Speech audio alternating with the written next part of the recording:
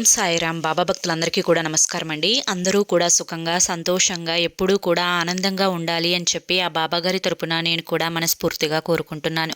ఈరోజు బాబాగారు అందించే సందేశం ఏంటి అంటే కనుక, తల్లి, ఇది నేను నీతో చెప్తున్న మాట కాదు, ఈశ్వరుడే స్వయంగా నీకు చెప్తున్న మాట. ఈ విషయం నీకు చెప్పి తీరాల్సిందేనంట. ఫిబ్రవరి 15 లోపు నీకు ఒక కుటుంబంలో, అంటే నీ యొక్క కుటుంబంలో ఒక చేదు వార్త అనేది నువ్వు వినకుంటే వినాల్సి వస్తుందట. వెంటనే తెలుసుకోకపోతే నష్టం అనేది తప్పదట. కాబట్టి నిర్లక్ష్యం చేయకుండా ఇది నువ్వు ఖచ్చితంగా తెలుసుకొని తీరాలంట అని చెప్పి ఏదో తెలియని సందేశంతో బాబాగారు మన ముందుకు వచ్చారండి.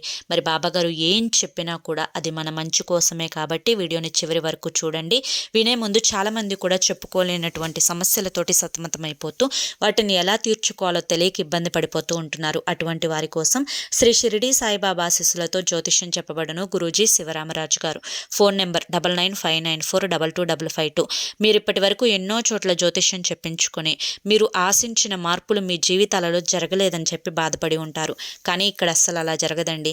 మీ సమస్యలు ఏవైతే ఉన్నాయో, ప్రేమ, పెళ్లి, ఉద్యోగం, రాజకీయం, సంతానం లేక ఇబ్బంది పడుతున్నా, భార్యాభర్తల మధ్య గొడవలున్నా, అప్పుల సమస్యలున్నా, శత్రువుల సమస్యలున్నా, అవేంటో మీరు గురువు గారికి వివరించి చెప్పినట్లయితే వాటికి తగిన పూజలు చేసి గురువుగారు మీకు రోజులలోనే పరిష్కారాన్ని చూపిస్తారు.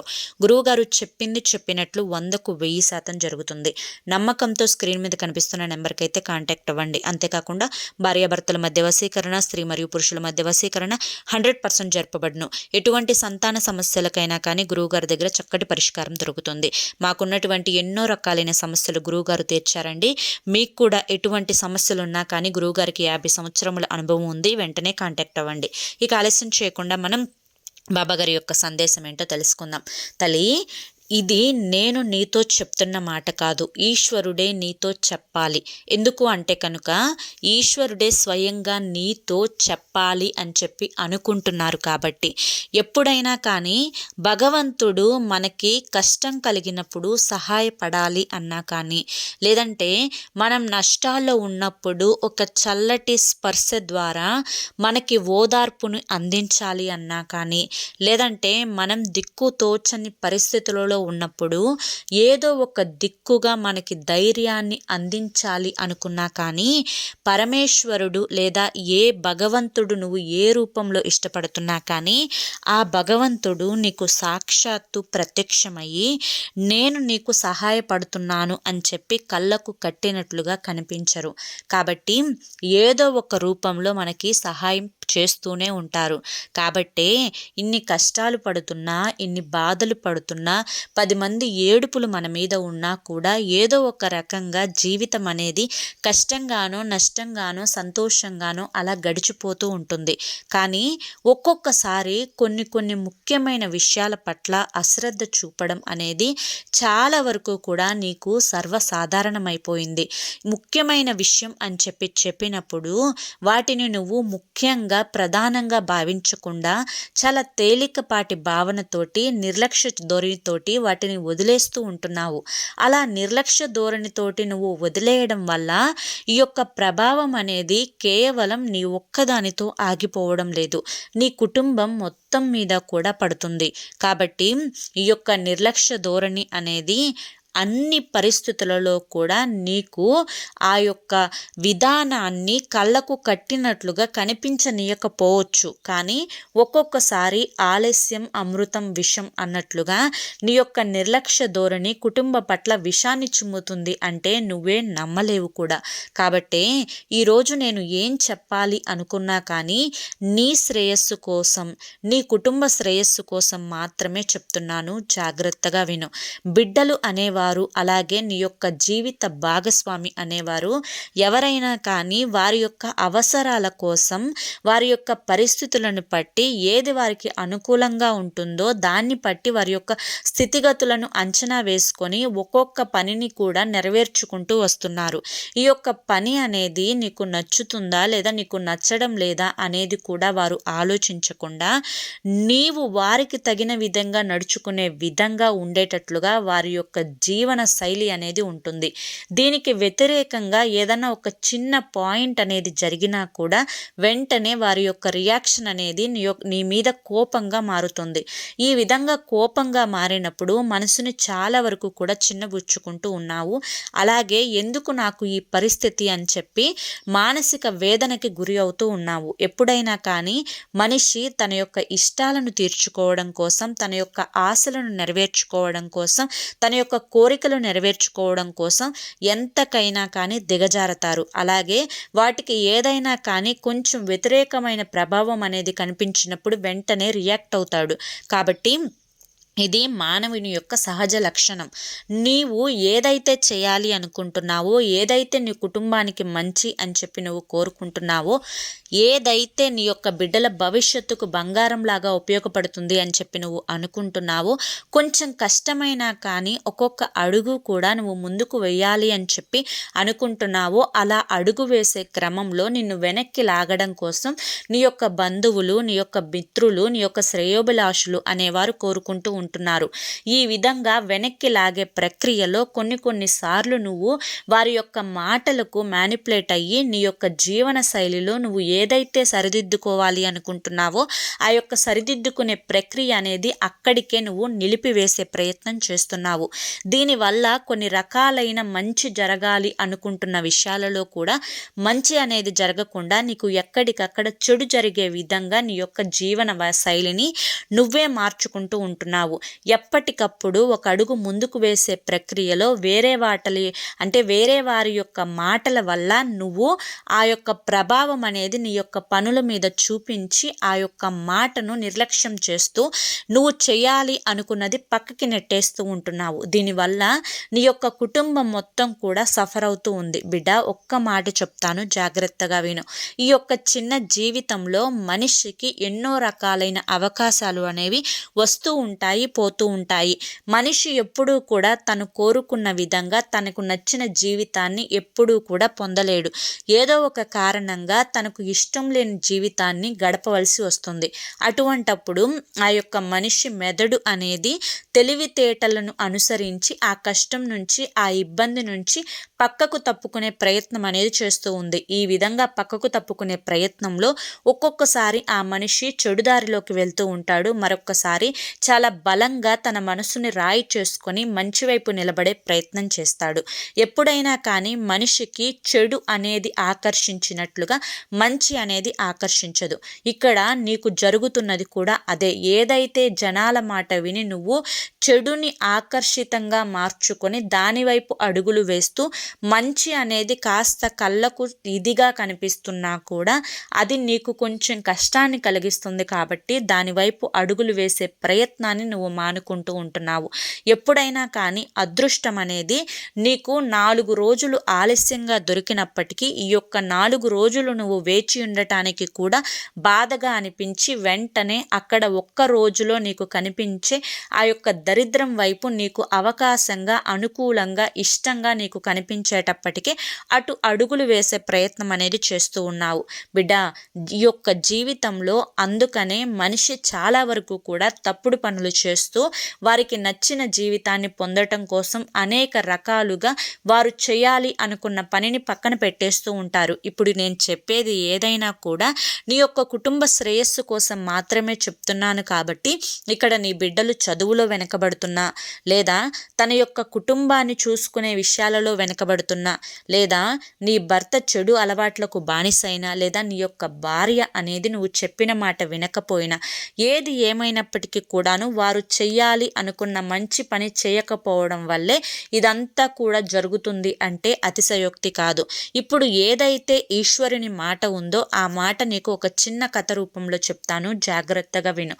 అనగనగా ఒక ఊరిలో ఒక రాజు అనే ఒక కుర్రవాడు ఉన్నాడు. వాడికి చదువు అంటే చాలా ఇష్టం. చదువుని బాగా చదువుతాడు. ఎప్పుడు కూడా ఫస్ట్ ర్యాంక్లోనే పాస్ అవుతాడు. అనుకోకుండా 10th క్లాస్లోకి అడుగు పెట్టేశాడు. అంటే రోజులు అనేవి చాలా ఫాస్ట్గా అయిపోతూ ఉంటాయి కదా. చిన్నప్పటి నుంచి కూడా రాజు బాగా చదువుతాడు, రాజు మంచి మార్కులు తెచ్చుకుంటాడు అని అందరూ అనుకున్నట్లుగానే తను కూడా ఆ యొక్క మాట తీరుకు తగ్గట్లుగా మంచి మార్కులతో అయితే పాస్ అవుతూ వస్తున్నాడు. ఇక 10th క్లాస్లోకి ఎప్పుడైతే అడుగు పెట్టాడో మంచికి చెడుకు తేడా తెలుస్తుంది. కుటుంబం తన కోసం ఎంత కష్టపడుతుందో, తన అమ్మ పశువుల దగ్గర ఎంతో చాకిరీ చేస్తూ వచ్చిన పాలను అమ్మి ఆ యొక్క పాలతోటి వచ్చిన డబ్బులతోటి తనను చదివిస్తుంది. నా తల్లికి నేను ఏదో ఒక విధంగా సహాయపడాలి అన్న ఉద్దేశంతో రాజు ప్రతిరోజు కూడా ఉదయాన్నే నిద్రలేచి గేదెల దగ్గర పేడను తీసివేయడం, గేదెల్ని శుభ్రంగా కడగడం, గేదెలకు పాలు తీయడం, గడ్డి వేయడం, ఇటువంటివన్నీ కూడా చేస్తూ ఉంటున్నాడు. ఈ యొక్క చేసే క్రమంలో తన మనసు ఏదైతే ఉందో ఆ మనసు తనకి పని మీద శ్రద్ధను చూపించి చదువు మీద శ్రద్ధను తగ్గించేసింది. ఇలా తగ్గించేసరికి ఎప్పుడైతే చివరికి 10th క్లాస్ చివరి పరీక్షలు వచ్చాయో ఆ యొక్క పరీక్షలలో తను పని కోసం చేసిన సమయం ఏదైతే ఉందో ఆ యొక్క సమయాన్ని చదువు మీద పెట్టకుండా ఆ చివరి రోజుల్లో కూడా పని మీదనే శ్రద్ధను పెట్టేసరికి తను పరీక్షల్లో ఫెయిల్ అయిపోయాడనమాట. ఇలా ఫెయిల్ అయిపోయేసరికి ఊరంతా కూడా ఊరి పేరు నిలబెడతాడు, ఫస్ట్ మార్కులు సాధిస్తాడు అనుకున్నటువంటి రాజు తను పాస్ మార్కులతో కూడా పాస్ అవ్వకపోక 3-4 సబ్జెక్టులు ఫెయిల్ అయిపోయేసరికి ఈ రాజుని అనవసరంగా ఎక్కువగా ఊహించుకున్నాము. రాజు పరీక్షల్లో తప్పాడు అని చెప్పి ప్రతి ఒక్కరూ కూడా ఏదో ఒక రకంగా తనని మాటలు అనడం ప్రారంభించారు. ఇలా ప్రారంభించేసరికి రాజు బయటకు వెళ్ళాలన్నా కూడా సిగ్గుతోటి తన యొక్క ముఖ్యమైన పనులు కూడా మానుకొని ఇంట్లోనే ఉండటం ప్రారంభించాడు. అయితే రాజు ఇదంతా కూడా తన యొక్క మానసికమైన స్థితి మీద ఎఫెక్ట్ చూపించేసరికి ఏం చేయాలో, తనకు వచ్చిన చెడ్డ పేరుని ఎలా తగ్గించుకోవాలో, తను ఎందుకు ఎలా వెనకపడ్డాడో ఇదంతా కూడా తెలుసుకొని తను పని మీద శ్రద్ధను పెట్టడం వల్లే ఇలా జరిగింది, తనకి తల్లికి సహాయపడటం వల్లే ఇలా జరిగింది, తను చదువు మీద శ్రద్ధను చూపించలేకపోవడం వల్లే ఇలా జరిగింది అని చెప్పి గ్రహించి ఎప్పుడూ కూడా అదొక మూడౌట్లో ఉండటం అయితే ప్రారంభించాడు. ఇదంతా గమనించిన తన మాస్టారు ఒకరోజు తనని ఇంటికి రమ్మని చెప్తాడు. చెప్పి, రాజు ఇది శాశ్వతం అని చెప్పి అనుకోకు, నీ దగ్గర చదివే తెలివితేటలున్నాయి, అలాగే ఏదైనా కానీ సాధించగలిగే పట్టుదల నీలో ఉంది, కాబట్టి ఈ యొక్క చిన్న ఓటమిని చూసి బెంబేలెత్తిపోకు, నువ్వు ఖచ్చితంగా చదువులో ముందడుగు వేస్తావు, నువ్వు 10th క్లాస్ సప్లిమెంటరీ రాసుకో, తర్వాత ఇంటర్ నుంచి బాగా చదువుకో, నీకు ఖచ్చితంగా మంచి ఉద్యోగం వస్తుంది అనే నమ్మకం నాకుంది అని చెప్పగా ఆ రాజు ఆ యొక్క మాస్టారు చెప్పే మాటలను సరిగ్గా పట్టించుకోకుండా అందరూ కూడా నన్ను అవమానిస్తున్నారు, నన్ను అందరూ కూడా నిర్లక్ష్యంగా మాట్లాడుతున్నారు, మునుపు దొరికినంత విలువ నాకు ఇప్పుడు దొరకడం లేదు అని చెప్పి బాధపడుతూ ఉన్నాడు. అయితే ఆ యొక్క మాస్టారు ఒకరోజు తనకి పిలిచి ఏమని చెప్తాడు అంటే, మీ ఇంట్లో ఆవు ఉంది కదా, నాకు ఒక చెంబు నిండా కూడా 1000 మిల్లీలీటర్ల పాలు కావాలంటే కరెక్ట్గా 1 లీటర్ పాలు కావాలి, ఆ యొక్క లీటర్ పాలు నువ్వు చెంబు నిండా కూడా నాకు తీసుకురావాలి, నేను శివయ్య పూజ చేయాలి అనుకుంటున్నాను, శివయ్య పూజ చేసేటప్పుడు నేను 1000 నామాలు చదువుతూ శివలింగం మీద స్పూనుతోటి 1000 సార్లు పాలని అభిషేకం చేస్తూ సహస్రనామాలతోటి శివయ్యను పూజించాలి అని చెప్పి ఆ రాజుకు వివరంగా చెప్తాడు. కానీ రాజు, నువ్వు చెంబుతో పాలు తెచ్చేటప్పుడు గుర్తుపెట్టుకో, ఎక్కడా కూడా ఒక్క చుక్క పాలు కూడా కింద పడకూడదు, ఎందుకు అంటే ఈ యొక్క 1000 సహస్రనామాలు చదివేటప్పుడు నాకు ఒక్క స్పూను తగ్గినా కూడా తగ్గినట్లే నా యొక్క పూజకు అనేది ఫలితం ఉండదు అని చెప్పగా రాజు తెల్లవారిన తర్వాత వాళ్ళ అమ్మ దగ్గరికి వెళ్ళి ఇలా మాస్టర్ పాలు అడిగారు, చెంబు నిండా తీసుకురమ్మన్నారు, ఎక్కడా కూడా చుక్క పాలు కూడా పడకూడదు అని చెప్పారు, చెంబు నిండా పాలు పోసి పక్కన పెట్టమ్మా, నేను తీసుకుని వెళ్తాను మాస్టర్ గారి దగ్గరికి అని చెప్తాడనమాట. అప్పుడు వాళ్ళ అమ్మ చెంబు నిండా పాలు తీసి పక్కన పెడుతుంది. ఇక జాగ్రత్తగా తన ఇంటి దగ్గర నుంచి మాస్టర్ వారి ఇంటికి చాలా దూరం ఉంటుంది. జాగ్రత్తగా 2 చేతులతోటి చెంబుని పట్టుకొని పాల మీదనే ధ్యాసను పెడుతూ ఊర్లో నడుచుకుంటూ వస్తున్నప్పుడు వెనకమాల అందరూ కూడా 0 రాజు, 10th క్లాస్ ఫెయిల్ అయిపోయిన రాజు, సబ్జెక్టులు ఫెయిల్ అయిపోయిన రాజు, అహానికి పోయాడు, ఘరానా పోయాడు, చదువుతాను అని చెప్పి ధీమా పోయాడు, అయినా కూడా తప్పాడు అని చెప్పి ఎంతోమంది వెక్కిరిస్తున్నారు, తనని ఎగతాళి చేస్తున్నారు. ఈ మాటలన్నీ కూడా చెవిని పడుతున్నా కూడా ఎక్కడా కూడా తలెత్తి చూడకుండా పాల మీదనే ధ్యాసను పెట్టుకుంటూ జాగ్రత్తగా నడుచుకుంటూ తన యొక్క చెంబుడు పాలను తీసుకొచ్చి మాస్టర్ గారి దగ్గర పెడతాడనమాట. మాస్టర్ గారు అడుగుతాడు, ఒక్క చుక్క కూడా పాలు వలకలేదు కదా అని చెప్పి. అయ్యో మాస్టర్ గారు, ఒక్క చుక్క కూడా పాలు వలకలేదు, ఎందుకంటే జాగ్రత్తగా కొత్తగా నేను బాగా శ్రద్ధను పెట్టి నా కళ్ళు ఈ పాల మీదనే ఉంచి నడుచుకుంటూ అడుగు వేసుకుంటూ వచ్చాను. మీ పూజకు ఎటువంటి అంతరాయం ఉండదు. మీరు కరెక్ట్‌గా 1000 స్పూన్ల పాలు ఇందులో ఉంటాయి అని చెప్పగా, మరి ప్రతిరోజు బయటకు రావాలి అంటే బాధపడుతున్నావు కదా! అందరూ అవమానిస్తున్నారు అంటున్నావు కదా! మరి ఈరోజు ఎవరు నిన్ను అవమానించలేదా అంటే, అప్పుడు ఆ యొక్క రాజు చెప్తాడు, ఏవో మాటలు చెవిన పడ్డాయి మాస్టర్ గారు, కానీ వాటిని పట్టించుకోలేదు. ఎందుకంటే నేను తిరిగి వాళ్ళ కళ్ళు చూస్తే ఇక్కడ పాలు పోతే ఎలా? మీకు పాలు మళ్ళీ పూజకు తగ్గుతాయి కదా! అసలే పూజ ఈశ్వరుని పూజ అంటున్నారు అని చెప్పగా, అదే జీవితం అంటే నువ్వు ఏదైతే ఆబ్జెక్టివ్ మీద శ్రద్ధ పెట్టుకొని వచ్చావో, అంటే పాల మీద శ్రద్ధ పెట్టుకొని వచ్చావో, అప్పుడు నీకు చుట్టూ ఎంతమంది అంటున్నా కూడా ఏ మాటలు నీకు వినిపించలా.